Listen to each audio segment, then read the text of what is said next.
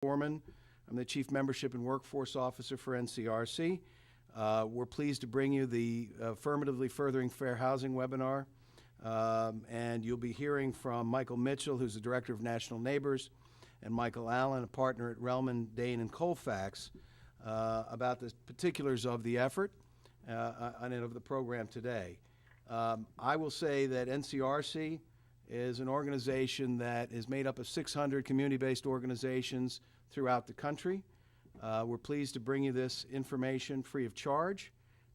It's what we do, and it's part of the National Training Academy here at NCRC. We're interested in making sure that your issues are well presented and that your positions are well represented. And we hope that you'll appreciate the work that these gentlemen have done to bring this to you today, and that you'll consider becoming members of NCRC in the future. So without further ado, let me introduce you to Michael Mitchell, Director of National Neighbors. Thank you, Ed. And I also want to welcome everyone to this National Training Academy, NCRC Training Academy presentation on Affirmatively Furthering Fair Housing. And I know that you all tuned in to hear Michael Allen, and so I will attempt to be brief, not in my basic nature, but I will attempt to be brief. Before I go on, I do have a few housekeeping matters. We are going to try to hold all of our questions to the end. I understand that there is a chat box on this, and you're free to use the chat box. If you have questions, there is a raise hand function, and you click on the question mark, and you can write in your question. But again, we will be holding questions to the end. We do have a lot of people on this webinar, so you may want to get your questions in line so that we will have adequate time at the end to address them. Again, my name is Michael Mitchell, and I'm the Director of National Neighbors. And National Neighbors is the fair housing, fair lending, and civil rights component of the National Community Reinvestment Coalition. So we do that for our coalition. As part of that, we do private enforcement of the fair housing and fair lending laws, education and training, compliance work with both the industry and with government, oftentimes working with large banks and realtors, because we believe at the end of the day we have to have banks in our communities making responsible type of lending, engaging in best practice initiatives, and working to fulfill the credit, capital, and banking needs of our communities. We work to build public and private partnerships, and this is part of one of those efforts. And we also are working to affirmatively further fair housing and working on new initiatives to do fair housing planning. I understand we're live now with the cameras, and that you can now see us, and that is a good thing. So in moving forward, this is the first webinar in a series that we are going to do of webinars and trainings that are related to fair housing planning. And we are going to be talking about affirmatively furthering fair housing. In other webinars, we'll be talking about the nuts and bolts of conducting analysis of impediments, working on infrastructure issues, what it takes to put together a good AI, the obligations of community development block grant recipients who do non-housing activities, Section 3 issues. We're really going to try to delve down and meet your needs in terms of fair housing planning and affirmatively furthering fair housing. And to do that, we need to hear from you. There will be a survey that will be sent to all the participants on this call to find out what it is you want in terms of additional trainings after this. NCRC plans to be actively engaged in furthering fair housing. And we are doing that through outreach, through heightening the interest on this issue, by facilitating discussion on this issue, by doing education, conducting substantive trainings. We are in the process of doing a curriculum on affirmatively furthering fair housing for our housing counselors, and we are engaging in fair housing planning both on a short-term and long-term basis. We will also be working to conduct AIs and doing enforcement, confronting jurisdictions that are not meeting their obligations and holding jurisdictions accountable to affirmatively further fair housing. I don't have to tell you that this is a critical moment for fair housing, and it's an important and key time to be advocating for fair housing. We are in the middle of a foreclosure crisis, a housing crisis, a lending crisis, And however you define this crisis, we all know that it was caused by abusive, high cost, unsustainable, unsuitable predatory lending, which was at the root of this crisis. And so this crisis can only be addressed by reaffirming our commitments to fair housing, our commitments to creating the kinds of housing patterns that we want to see in the 21st century, and not continuing those patterns that are reminiscent of the 20th century of discrimination and of segregation. We need to capitalize on this moment. We need to really up our games at this time. And I'm encouraged by the fact that the federal government is recommitting to affirmatively furthering fair housing, that this administration has demonstrated a new commitment to affirmatively further fair housing.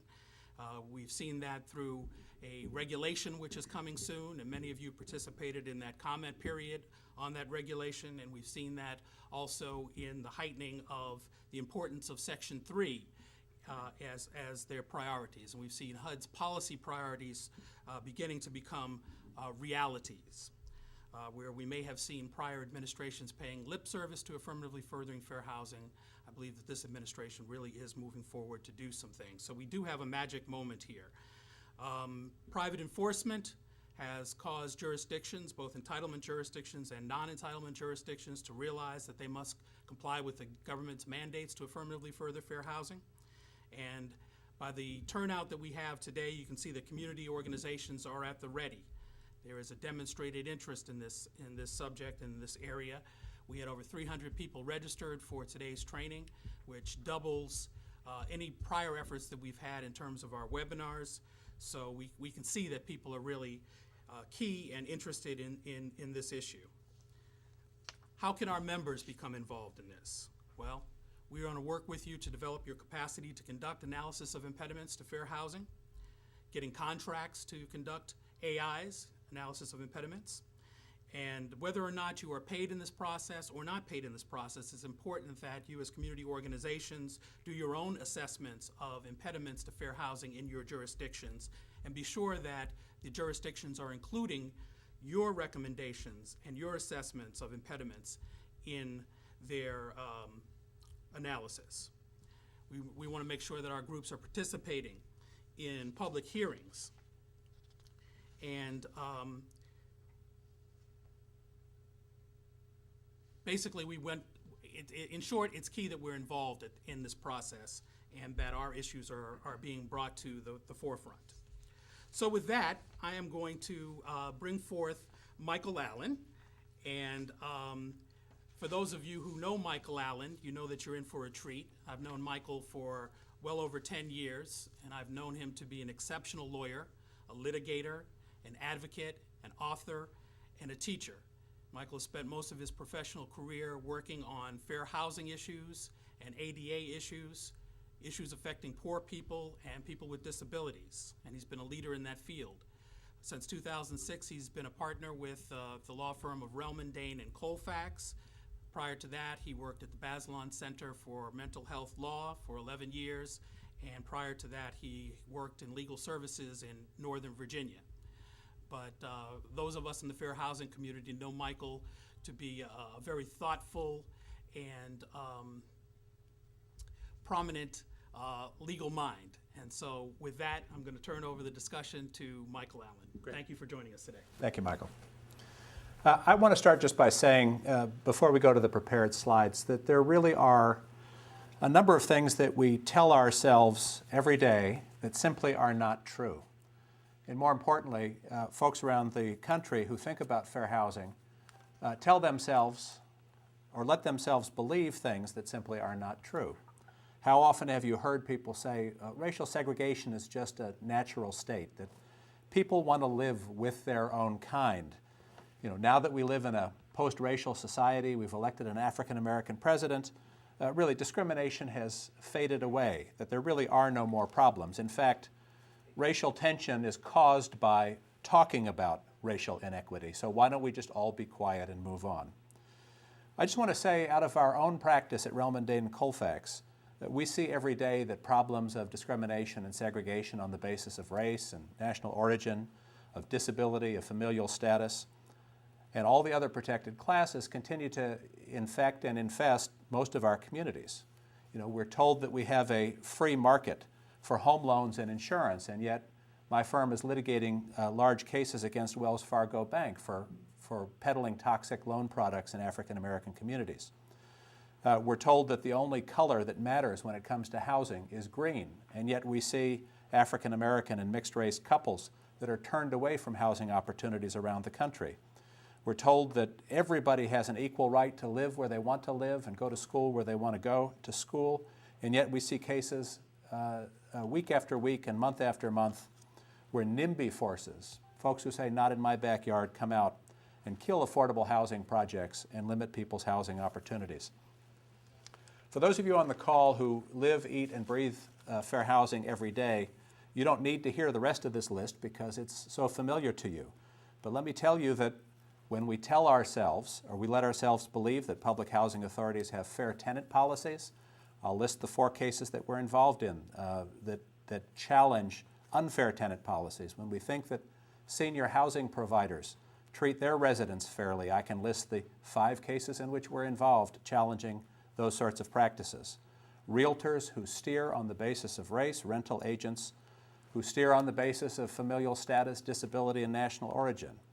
I could talk to you about cases where landlords refuse to give reasonable accommodations on the basis of disabilities. Landlords who won't let people make physical changes to their property to make them more accessible. Developers who build thousands of units around the country that are inaccessible to people in wheelchairs.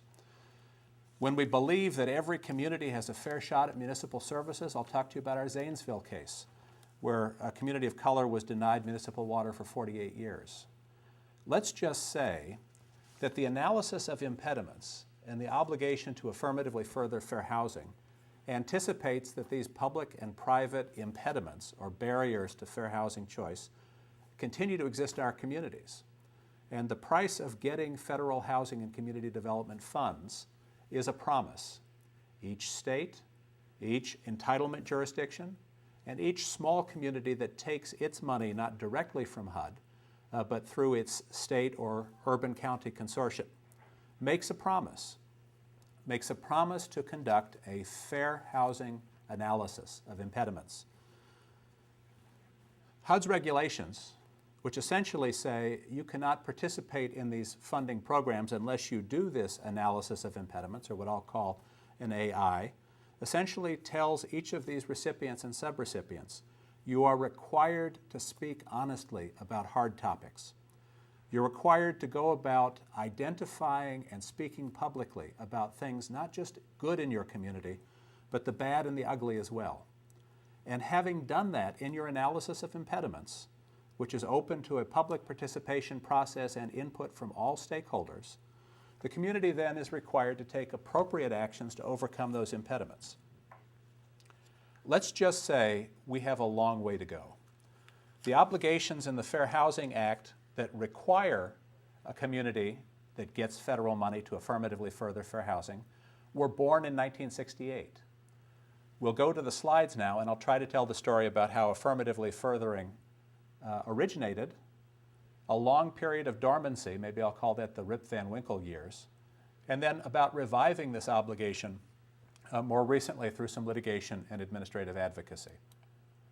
As I said, I'm with the law firm of Relman, Dane, and Colfax. We're located in Washington, D.C., but we have a national practice. We're 15 lawyers, plaintiff side, fair housing, and civil rights lawyers.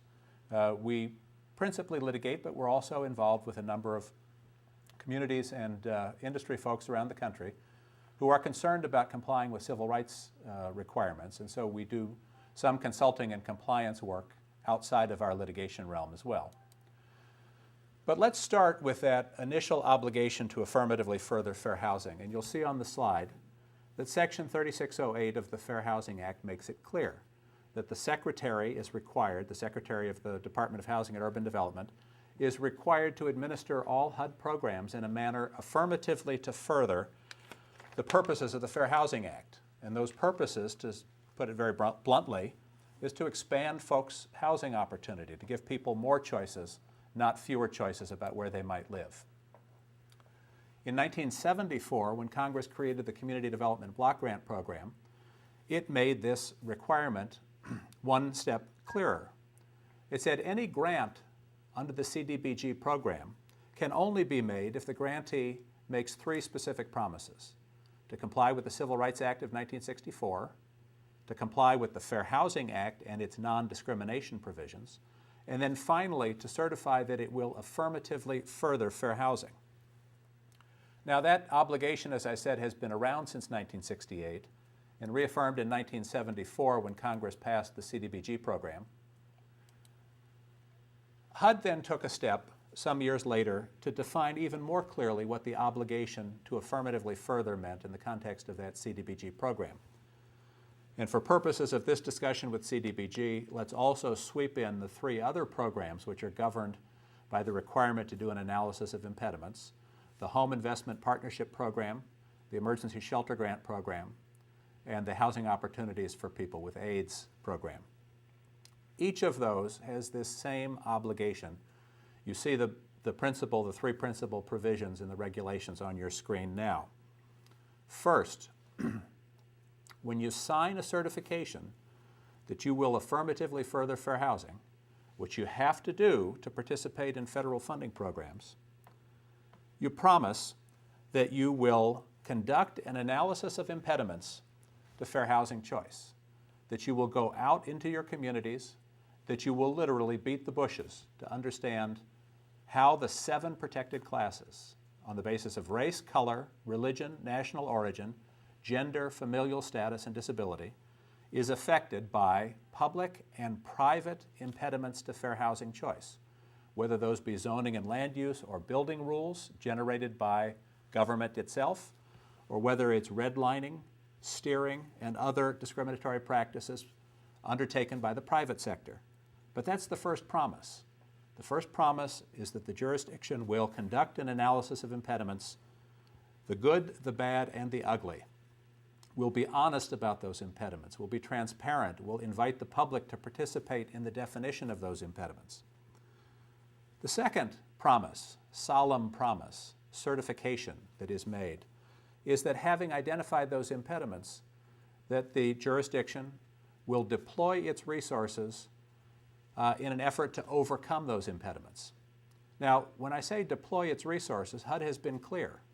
This is not simply to spend the CDBG or home money that the jurisdiction gets to overcome impediments, but to deploy all of its resources, whatever their source. So state revenues, private revenues, tax revenues, bond revenues, to the extent that a state runs a block grant program or a low-income housing tax credit program outside of HUD. Those funds, to the extent that they involve housing and community development activities, are also on the table and required to be on the table for purposes of overcoming impediments. And the final part of the certification is that you'll keep records demonstrating that you've done the analysis and that you've taken the appropriate actions. In some ways, nothing could be simpler. HUD laid this out in the early 90s so that recipients of federal funds were entirely clear about what their obligations were. In addition to the statute and the federal regulations, we have courts that have described the purpose of the affirmatively furthering provision. And I think that any jurisdiction that participates in these programs needs to understand what that underlying purpose is. The first case that you've got up on your slide, on your screens now, is the Otero case from the Second Circuit. It involved the New York City Housing Authority in the early 1970s, just a few years after the affirmatively furthering provision made its way into the Fair Housing Act. And you can see that the central purpose of affirmatively furthering is that action must be taken to fulfill as much as possible the goal of open, integrated residential housing patterns.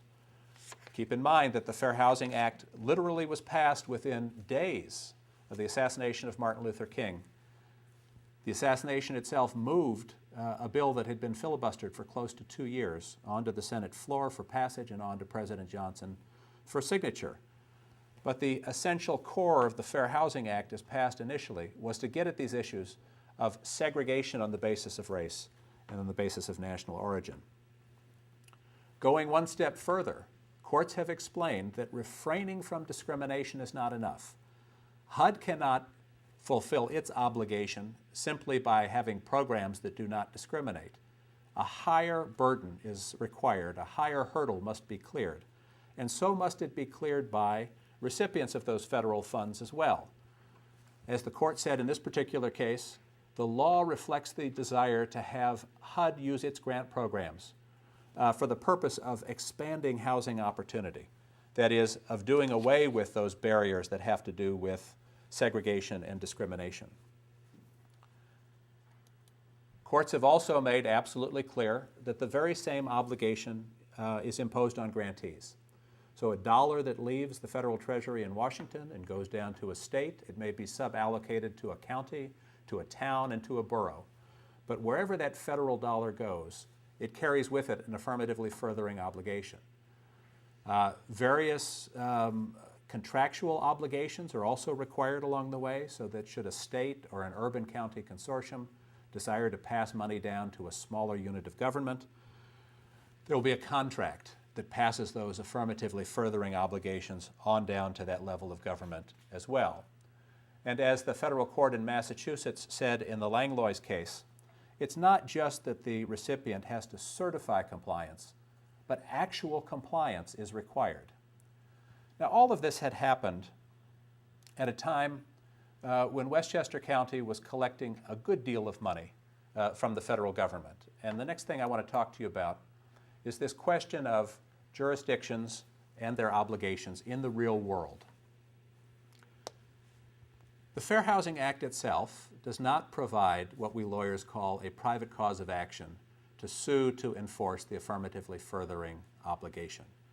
So if your community is failing in its obligation in some way, there's no provision in the Fair Housing Act that says you can march into court and sue over that particular violation or failure to meet the obligation. There are a number of other routes that lawyers have used in order to get these claims in front of federal courts, including administrative complaints to HUD, which I'll discuss in a bit. HUD has been sued a number of times for its failure to affirmatively further fair housing, principally in the old days, but that's done under the Administrative Procedures Act. Some advocates have been successful in using what's called Section 1983, a provision of the post-Civil War civil rights statutes, to enforce this obligation. And then finally, really through the ingenuity of my client, Craig Gurian at the Anti-Discrimination Center in New York City, the False Claims Act has been used to enforce the obligation to affirmatively further fair housing. And that's where we pick up with a discussion of Westchester. There are about 1,200, I think 1,209 is the number of CDBG recipients around the country, states, counties, and cities. Those are entities that have direct relationships with HUD and receive money directly. They are, in the parlance, entitlement jurisdictions. Westchester, like many of these jurisdictions, got a fair amount of money every year as an entitlement. And for those of you who have teenagers, as I do, you know what the word entitlement means. It means give me. It means don't expect anything in return. And in a way, the problem that Westchester had was it thought of itself as entitled to these funds without the requirement to perform some civil rights obligations. About $9 to $10 million a year flowed to Westchester County. Our litigation was filed in 2006 with a 6-year statute of limitations, so we could look back to the year 2000. During that time, Westchester got all those forms of funds that we have discussed previously and that are up on your slide. And each of those programs, as I said, requires a certification of compliance with civil rights rules, and principally this obligation to affirmatively further fair housing. The Anti-Discrimination Center examined its options in terms of enforcement and decided to go a road that no other advocate had gone before, and that was to compare Westchester County's performance in the real world with its certifications to HUD on affirmatively furthering. And finding such a drastic difference between the county's cover story and its actual performance in the real world suggested that perhaps the county was making false claims to the federal government. This law, the False Claims Act, was originally an 1863 statute that was meant to get at war profiteers. And the federal government was of the view that it had to have additional eyes and ears in the community to ensure that that people who were taking advantage of government programs and not performing as they were required to do were brought to bear, and that penalties were available. The False Claims Act now provides for treble damages. That is to say that a recipient of federal funds who gets those funds by way of fraud can be required to pay 3 times that amount of money back to the federal government as a penalty. And here for the advocacy community is the really interesting hook. A private party can sue in the name of the United States, and if it can establish that the fraud exists, can participate in the financial recovery that the United States gets from the party committing the fraud. In this particular case, the Anti-Discrimination Center was eligible for up to 30% of the treble damages that might have been recovered from Westchester County. Now, Westchester County, you need to understand a little bit about its demographics. The county has 45 towns, villages, and cities within it, but 4 are entitlement jurisdictions, and 1 elected not to participate. That leaves 40 municipalities in the Westchester County Urban Consortium. The population of the county as a whole is about 16% African American, but there is a dramatic segregation on the basis of race in Westchester County. Specifically, 40% of these consortium municipalities, that is 16, had African American populations of 1% or less. 24 of these communities had African American populations of 3% or less. Let me pause just for a moment because we're getting some feedback. Are folks having difficulty hearing? If so, would you use the chat box to communicate with the administrator?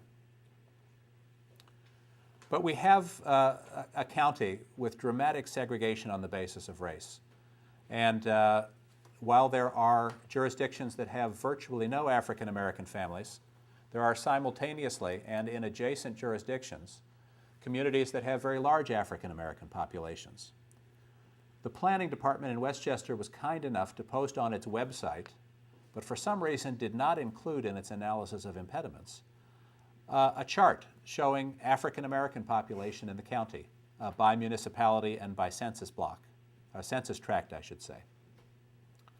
That map is on the screen before you now, and it shows, as most maps of this kind do, a concentration on the basis of race, particularly African Americans in this case. Those census tracts that are white are places where there are very few African Americans. The darker the color, the greater proportion of African American residents. And so I just want to point out that the northern tier of Westchester County has virtually no African Americans at all, with the exception of 2 or 3 census tracts.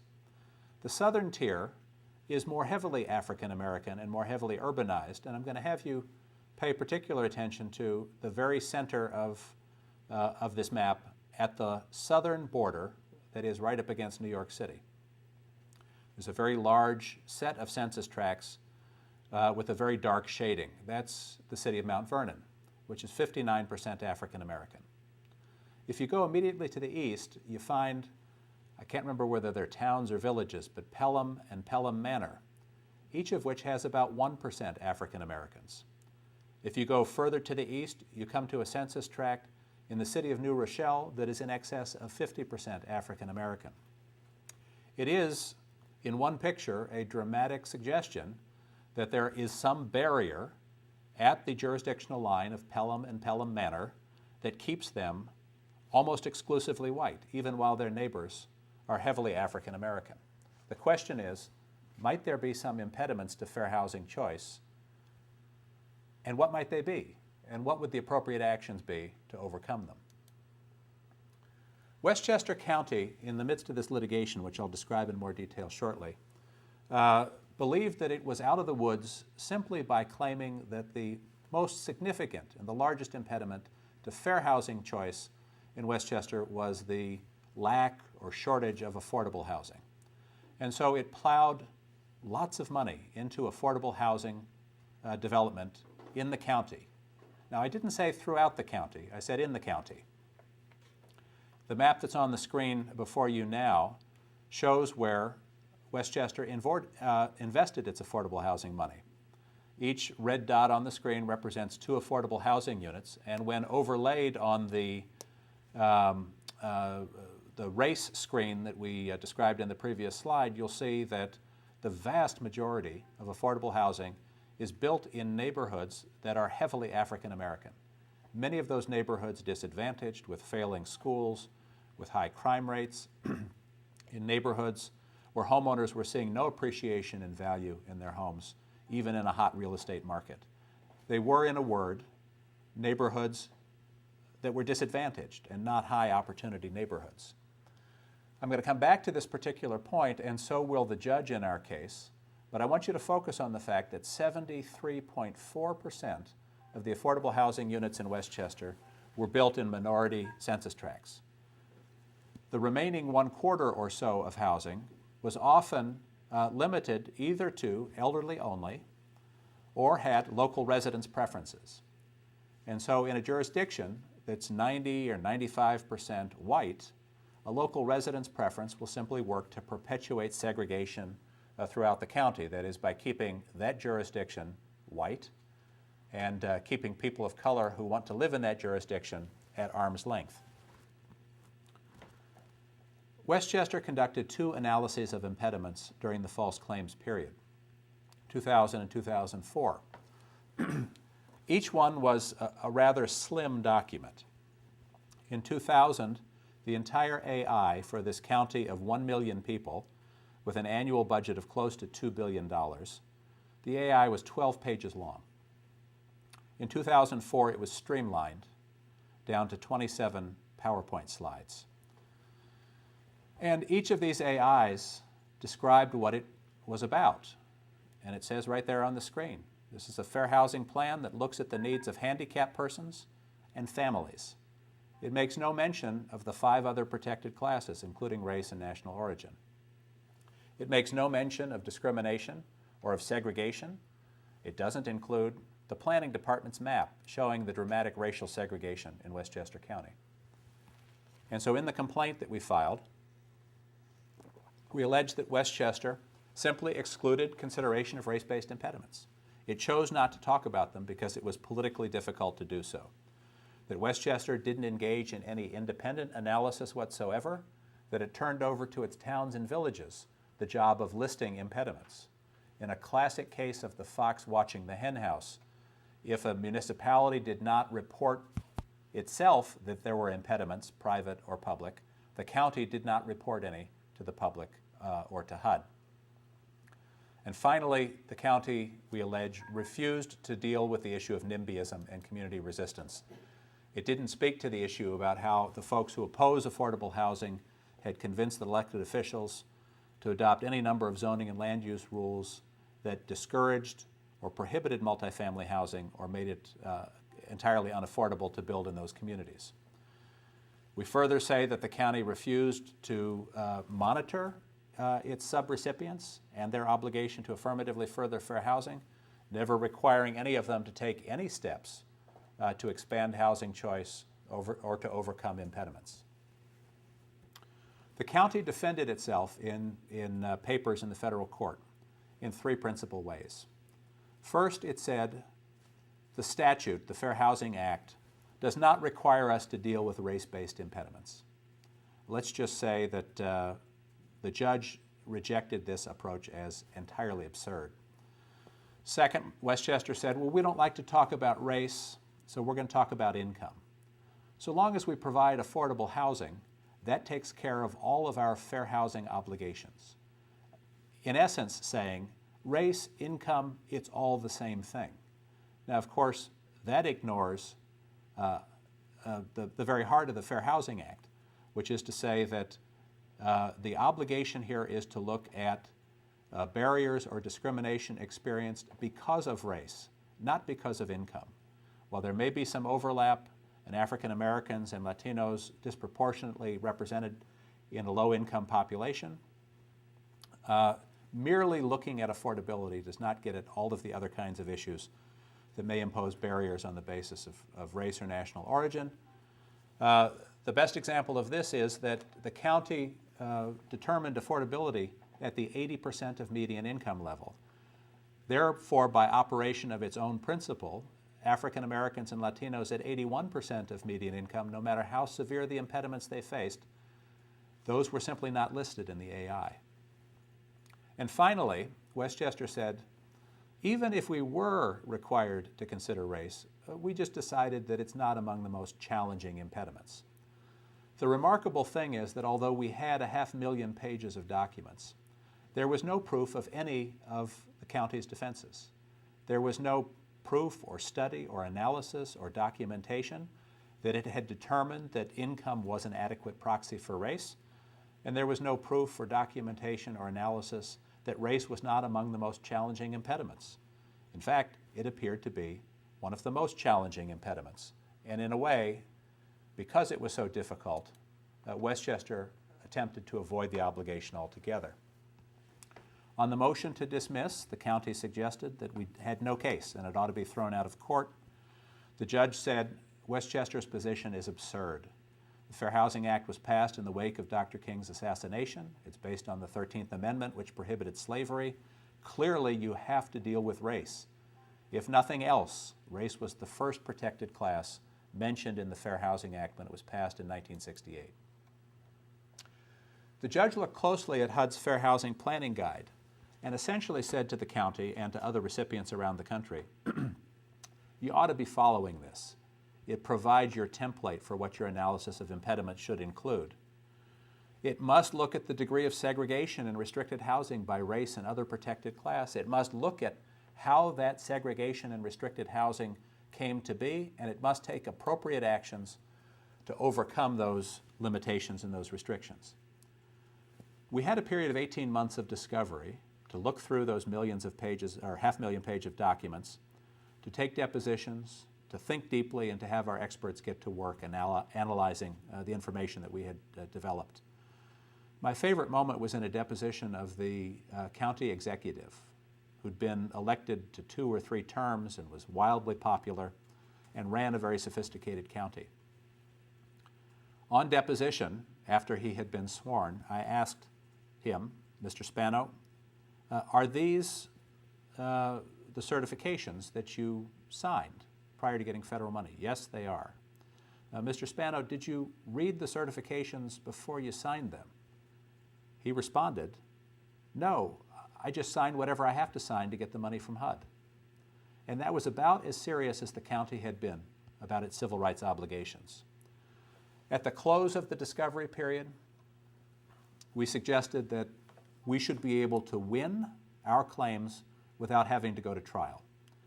The county, for some reason, also thought it should be able to win without going to trial, and the judge obviously had to look at the accumulated evidence and decide which of us was right. On February the 24th, 2009, she entered an order denying the county's motion for summary judgment and granting almost entirely our motion for summary judgment. She says the central goal of this obligation is to end housing discrimination and segregation. And when she starts at that point early in the opinion, you know that the county has not met its obligation. And the opinion goes on for some time. She makes a couple of other important points. A determination, she says, that affordable housing is an impediment, even a very great impediment, does not absolve the county of its obligation to look at these issues through the lens of fair housing, not of affordability, not of income, but of race and national origin, disability, familial status, and the other protected classes. She also went on to say, and I think this is the crux of the case, she said, Westchester County obviously has built some affordable housing, but if it does a fair housing analysis that ignores the location of that housing, it cannot fairly say whether it is increasing housing choice for people in the protected classes or whether it's going in the opposite direction. She didn't have to decide this particular point of law, but the fact that 3/4 of the housing was going into low opportunity neighborhoods suggests that not only was the county not affirmatively furthering fair housing, it was in fact perpetuating. It was making segregation even worse in the county and hardening it. Finally, and for purposes, I think, of speaking to the other 1,200 or so jurisdictions around the country that get CDBG funds, the judge says, these certifications are not some boilerplate, not just what you have to sign to get the money from HUD. They are the essential condition for getting the money in the first place. And so if you don't certify and you don't comply, you simply are not entitled to those funds. It's not, like my teenagers would say, give, give, give, and expect nothing back. In fact, the jurisdiction has to promise and to perform, and only then is it entitled to those funds. There was a change of administration right around the time that this summary judgment decision came in. Folks at HUD and Justice came in ready to embrace this particular holding of the court in New York, and was eager to come into the case and intervene in order to get a good settlement. The Anti-Discrimination Center, while it had the county over a very big barrel, very close to establishing hundreds of millions of dollars of liability, said what it had said throughout the case, which is its objective really was to get affordable housing built in neighborhoods that had resisted it in Westchester County, to give all the affirmative marketing requirements attached to that affordable housing, and to ensure that people of color would have a fair chance to move into communities and send their kids to schools that were good, to live in neighborhoods that were strong and appreciating, and would allow people better access to jobs and to opportunity. So when the government intervened in the case for purposes of settlement, it pushed hard for the Anti-Discrimination Center's view on this. As a result, Westchester County is now required by federal court order to build 750 units of affordable housing over the next 7 years, essentially in the whitest communities in Westchester, to ensure that those communities that have fewer than 3% African American population and less than 7% Latino population are the recipients of these affordable housing units, and that they be built and operated in an integrative fashion. The court, at HUD's urging, also appointed a monitor, Jim Johnson, who's a partner at a big law firm in New York City, Debevoise and Plimpton, who has just issued his 3rd quarterly report on the county's performance.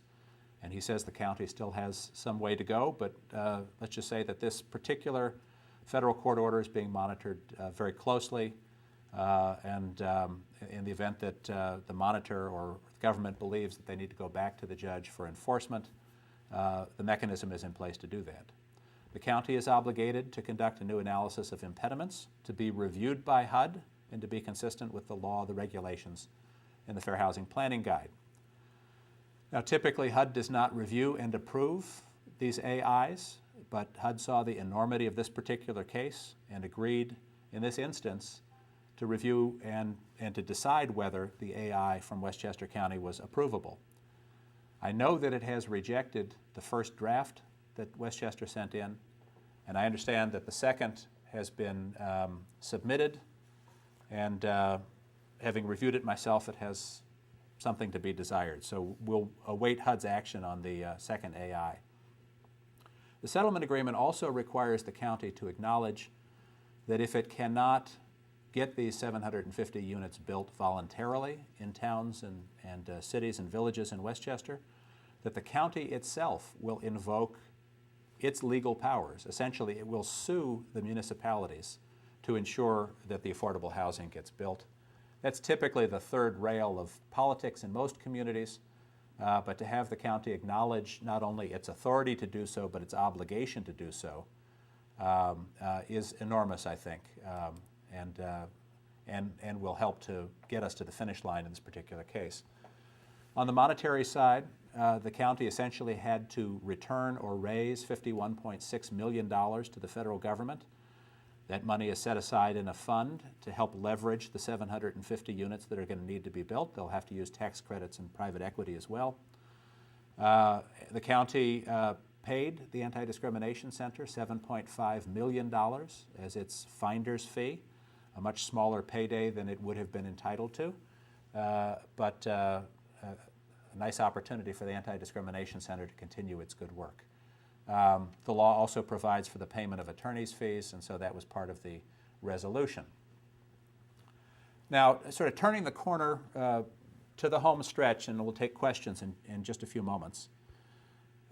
In my view, the most powerful thing that came out of the Westchester litigation was HUD's acknowledgement in the person of Deputy Secretary Ron Sims, who was in White Plains on the day the settlement was announced in August of 2009.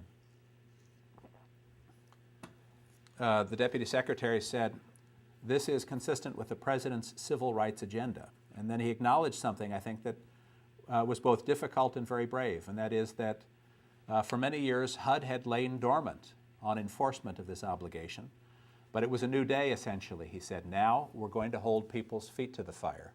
This was his message, just as Judge Coate had spoken to the other municipalities around the country who get CDBG funds.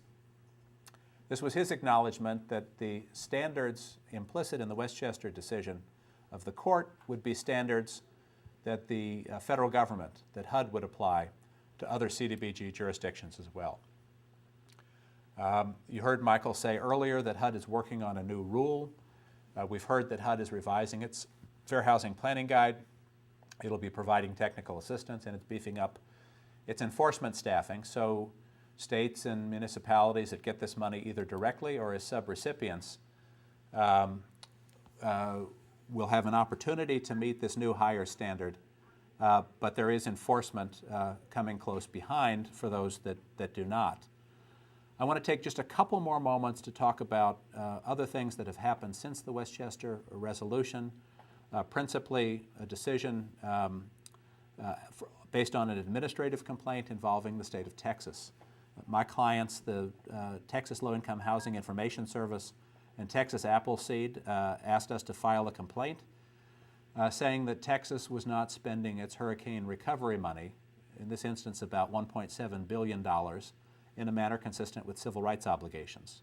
We filed a complaint with HUD. HUD investigated closely. We sat down immediately and started talking with the state about what the civil rights obligations were and how they could be fulfilled. It took about 6 months to hammer out a conciliation agreement. During that time, HUD said, we cannot release these funds.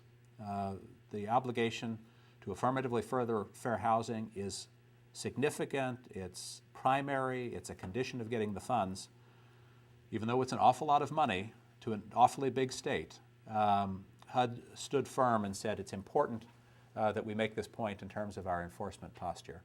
Eventually, HUD has agreed to release those funds based on the state's performance of its civil rights obligations, consistent with a conciliation agreement that my clients reached with the state.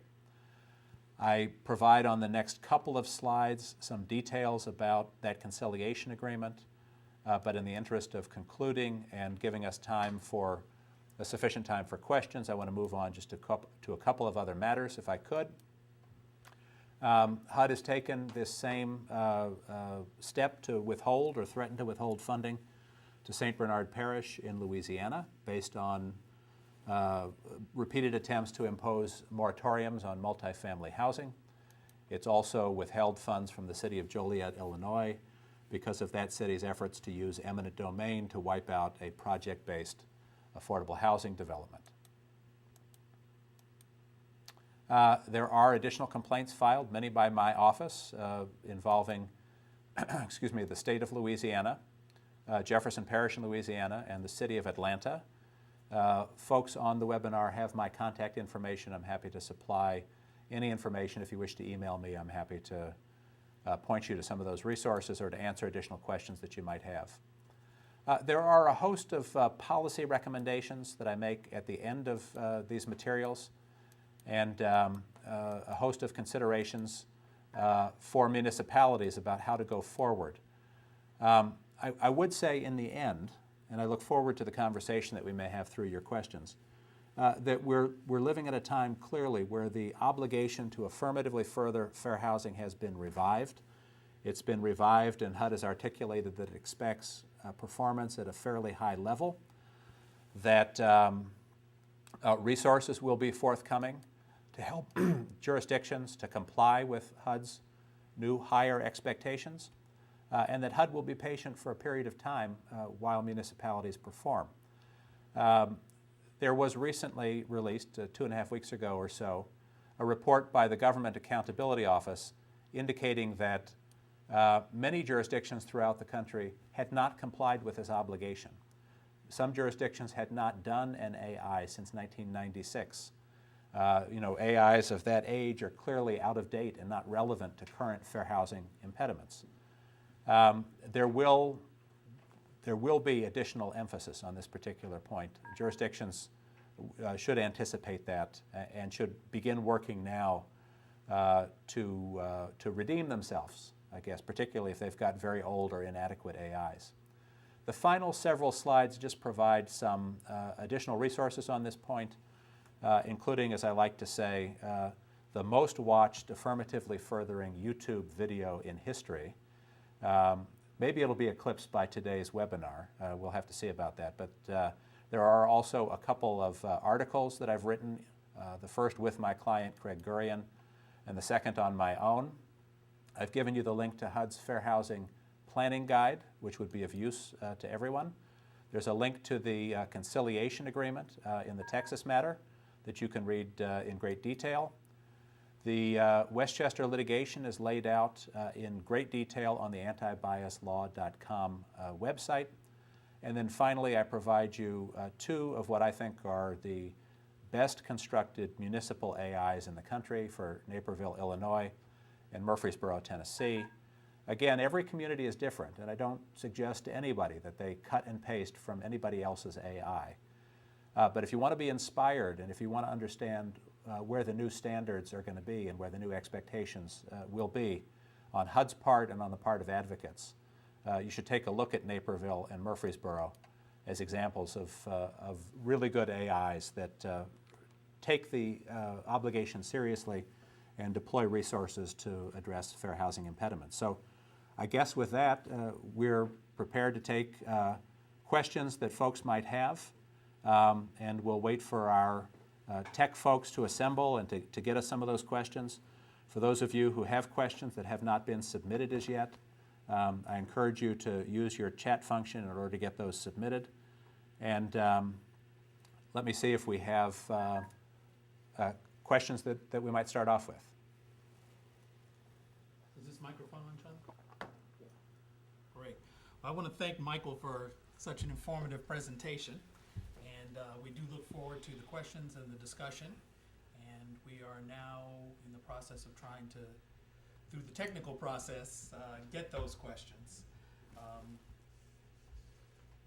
Anything else that you'd like to add? Well, I guess what I'd say is, I view this new emphasis on AIs and on these community-based processes as a great opportunity for people to get involved at their local community level. As Michael was saying earlier, this is really your opportunity to plug into a process that may have seemed dormant for many years, but which in fact are very vibrant now.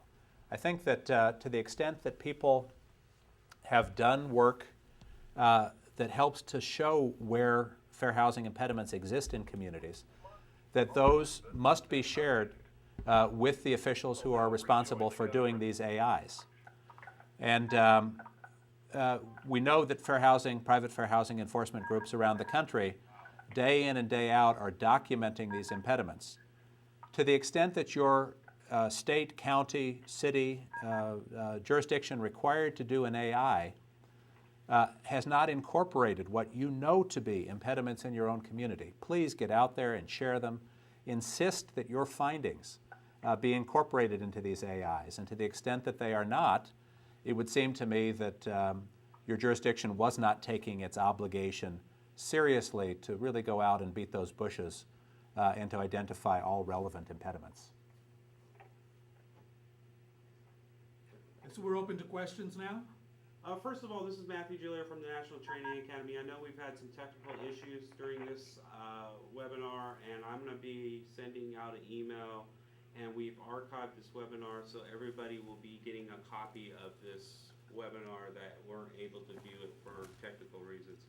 Again, I do apologize for that, and I'm going to go ahead and leave it open for both Michaels for any questions.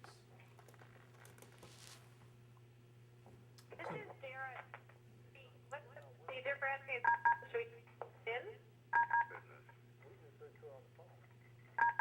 We didn't hear the question. This is Sarah here in California. I'm wondering if anyone's given any thought to using these theories around access for people with disabilities, lack of unit. Sure. Let me just, I'll repeat the question. And hi, Dara. Nice to hear your voice.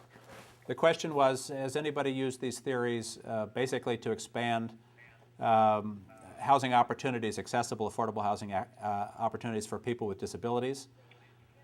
And the answer is yes. People with disabilities are, like the other 7 protected classes, the intended beneficiaries of this entire process. I can't speak in any detail about a certain piece of litigation that we're developing now, Dara. But there are indeed lots of reasons that disability advocates need to get these impediments out in front of people who are doing the AIs so that you get on the agenda for resources that will begin to address them.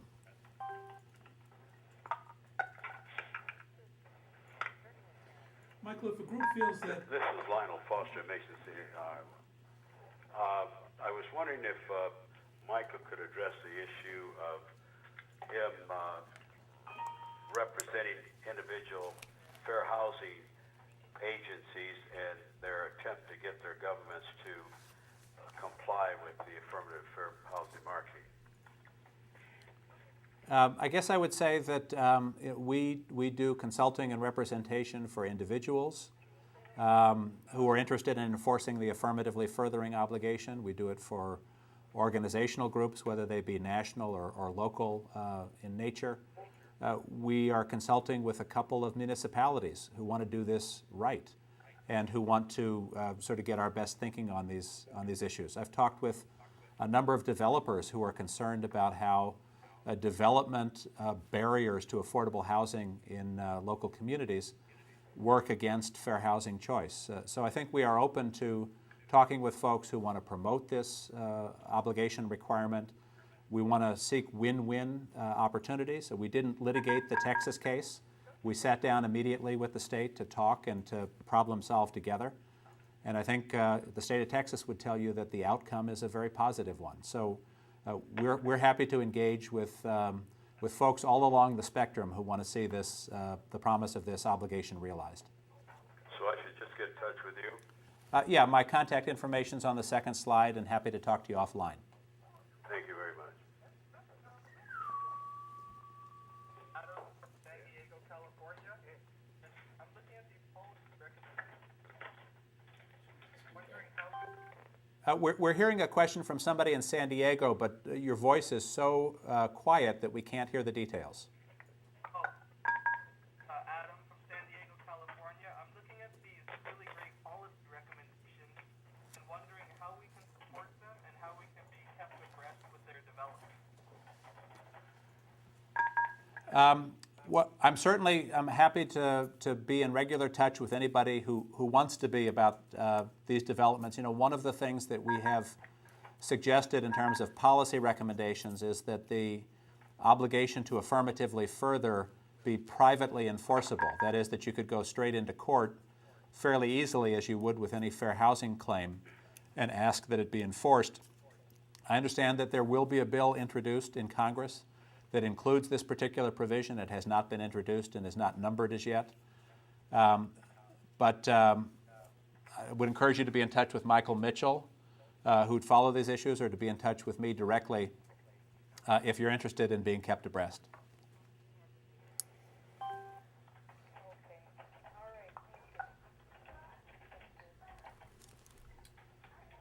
Michael, there's been some discussion about amending the Fair Housing Act.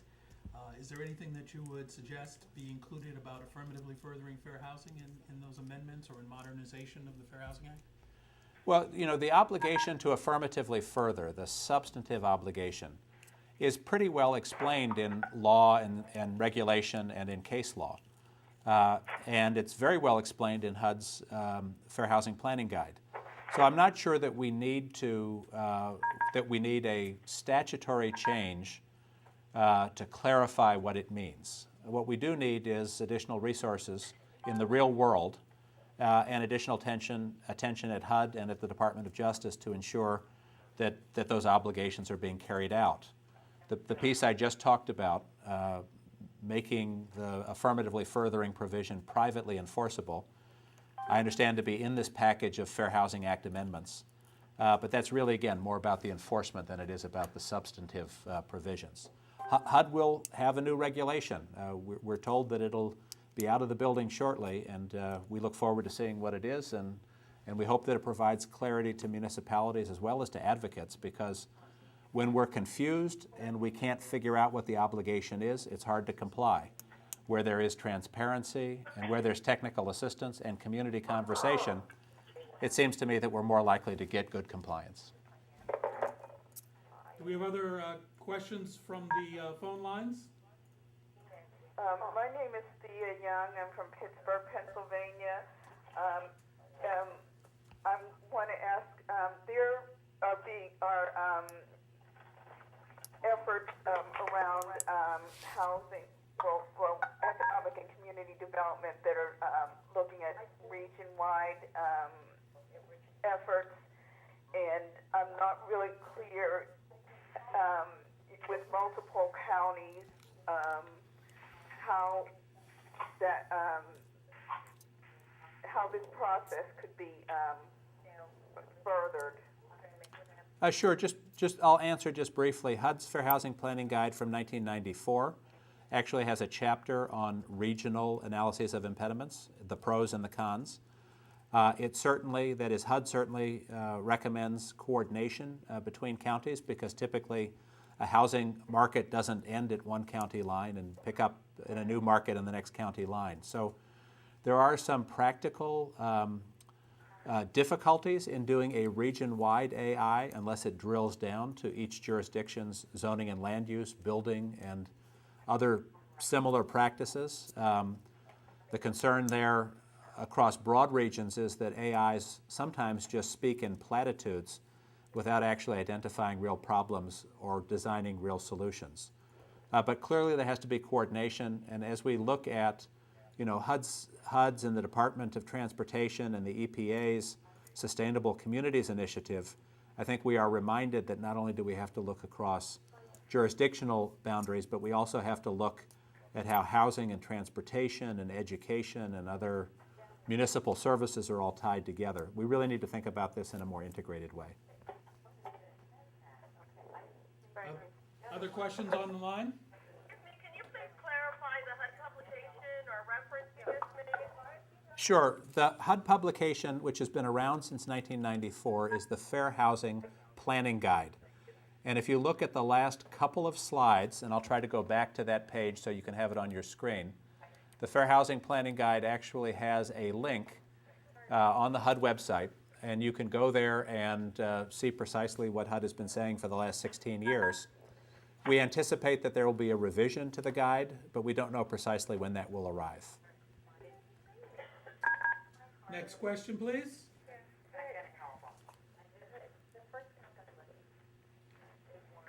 Any other questions online? Well, I have a question. Michael, you mentioned that there were best practices out of Naperville, Illinois, and I think Murfreesboro, Tennessee. What is it in those AIs that you thought were a model or best practices?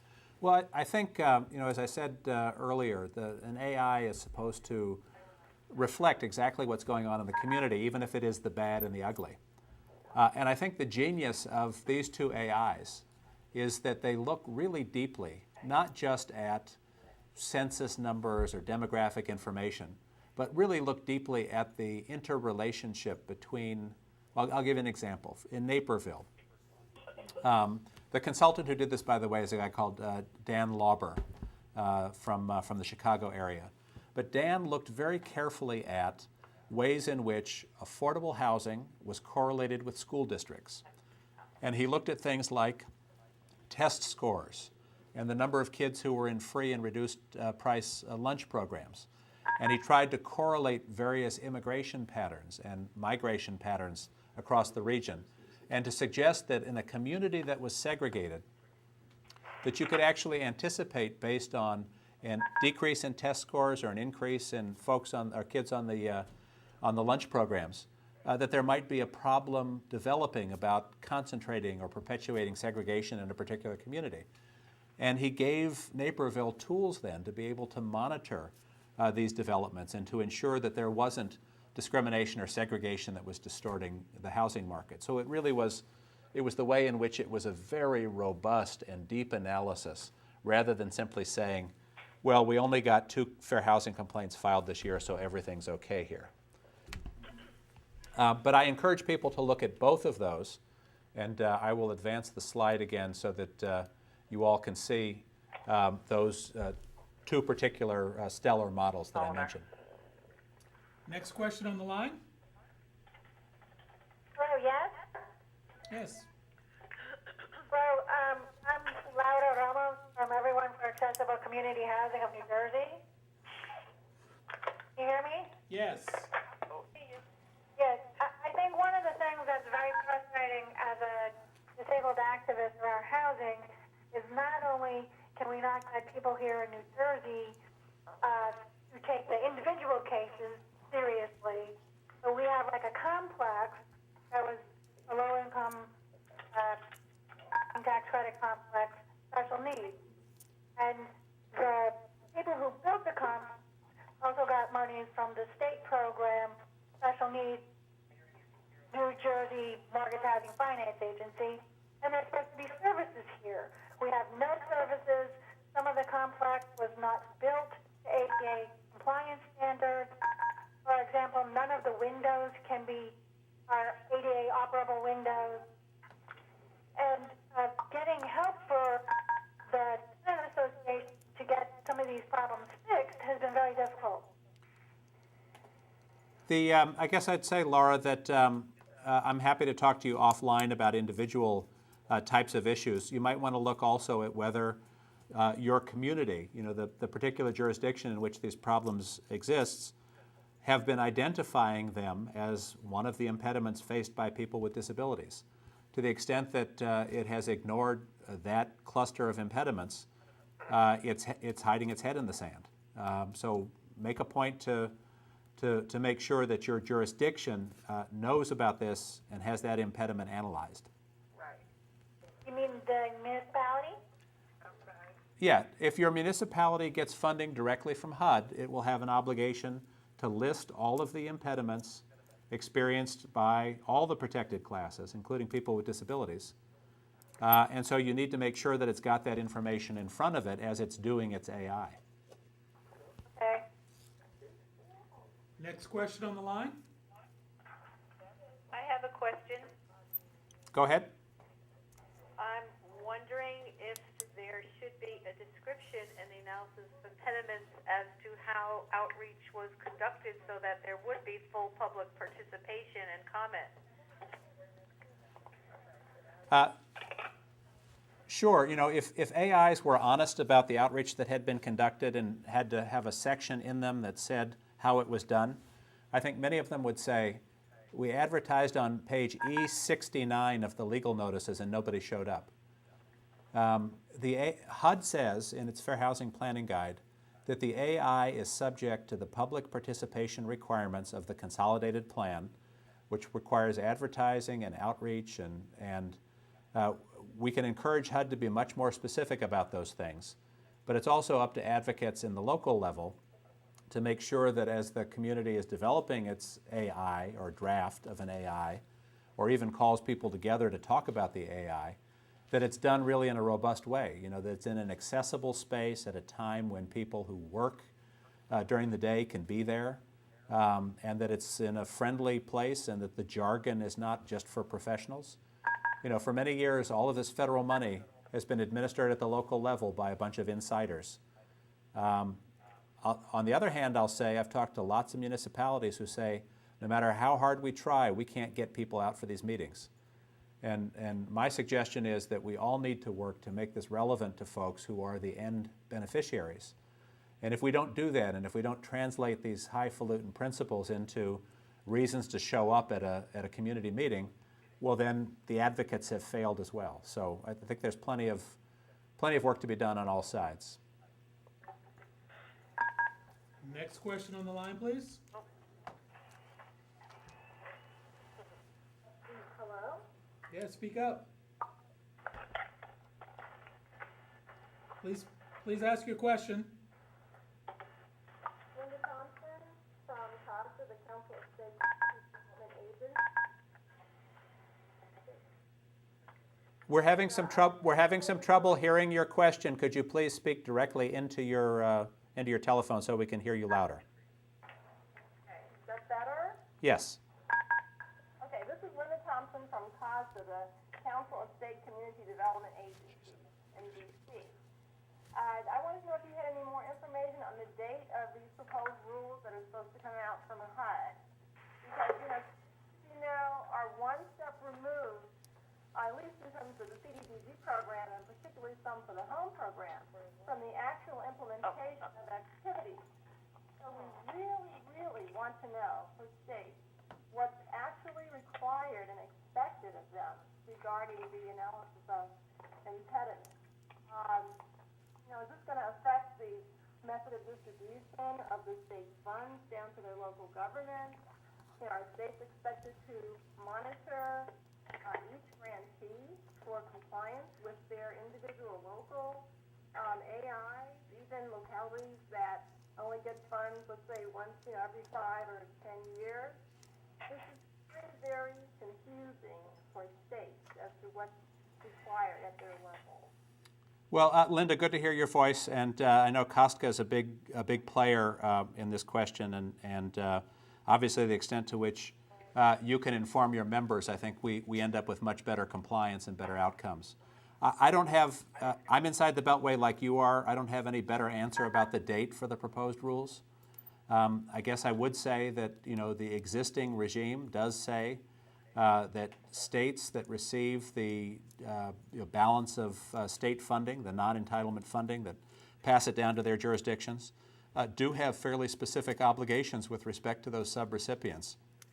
And while it may not be a full-blown AI that is required at the local level, a state is required to get assurances of compliance with the affirmatively furthering requirement, and we're working now with some of your members in a couple of states to ensure that those subrecipients actually are doing what they need to do, and that the state is adequately protected as it passes money down, because, as you know, the state has to make that certification to HUD every year that it and its subrecipients are complying. So I share your anticipation of the new rule and would be happy to work with you and Kostka to get the word out once it's developed and try to figure out some best practices to implement. We're going to take one last question. So speak up. Hello? Yes, you have the final question. Hi. The project, Sustainable Communities came up earlier because I'm interested in Professor Allen's take on HUD's balance between deconcentrating poverty and segregation, and also achieving balanced opportunities in areas that may not be served by those services that are really highlighted in sustainable community grants, like transportation, the fair housing center, right?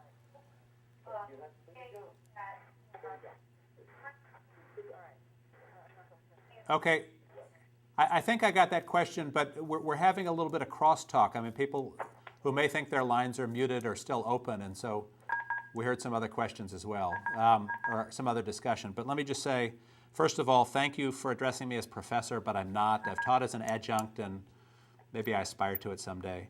But the question of sustainable communities and that balance between essentially reinvesting in urban areas and keeping opportunities open there and expanding opportunities out in other areas that aren't served by transportation and infrastructure. I mean, those are problems we've had with us ever since the Kerner Commission reported in the spring of 1968. I don't know I don't know what to say about it other than there needs to be a balance of the two. Westchester County seemed to say that the fact that it had not developed rail and bus lines into the northern part of the county, which is somewhat more rural, was a justification for not having affordable housing there.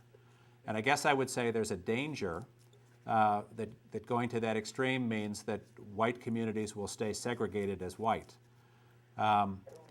So I don't have any silver bullet on that particular point, and my guess is that Michael Mitchell's writing himself a note to have a Sustainable Communities webinar so that we can all come up with a better answer to your question. But I'm happy to talk offline about it. My thoughts are not fully formed.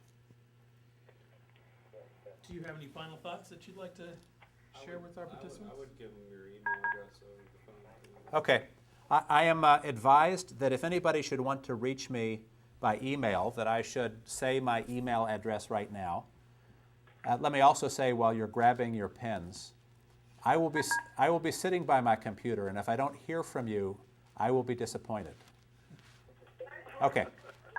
So in any case, if people would stop talking and stop beeping their phones for just a moment, I will say that my email address is M for Michael and then Allen, A-L-L-E-N, at Relman Law, RELMANLAW.com. So mallen at relmanlaw.com.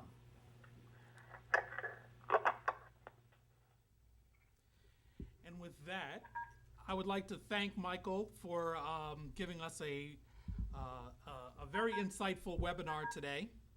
And again, this is going to be the first in a series of webinars, and hopefully we'll be able to get Michael back again to give us some additional thoughts as things progress. But we do look forward to dialoguing with you and working with you as communities are working to try to affirmatively further fair housing. As a final thought, I want to encourage everybody to get out and vote next week. Regardless of who you're voting for, keep in mind that people suffered and sacrificed and died for our right to vote, and so it's our sacred obligation to exercise that duty. So get out and vote. Again, thank you for joining us for this first webinar on affirmatively furthering fair housing. And again, on behalf of John Taylor, CEO and President of NCRC and its Board of Directors, thank you, Michael Allen, for participating today. My pleasure. Thanks for having me.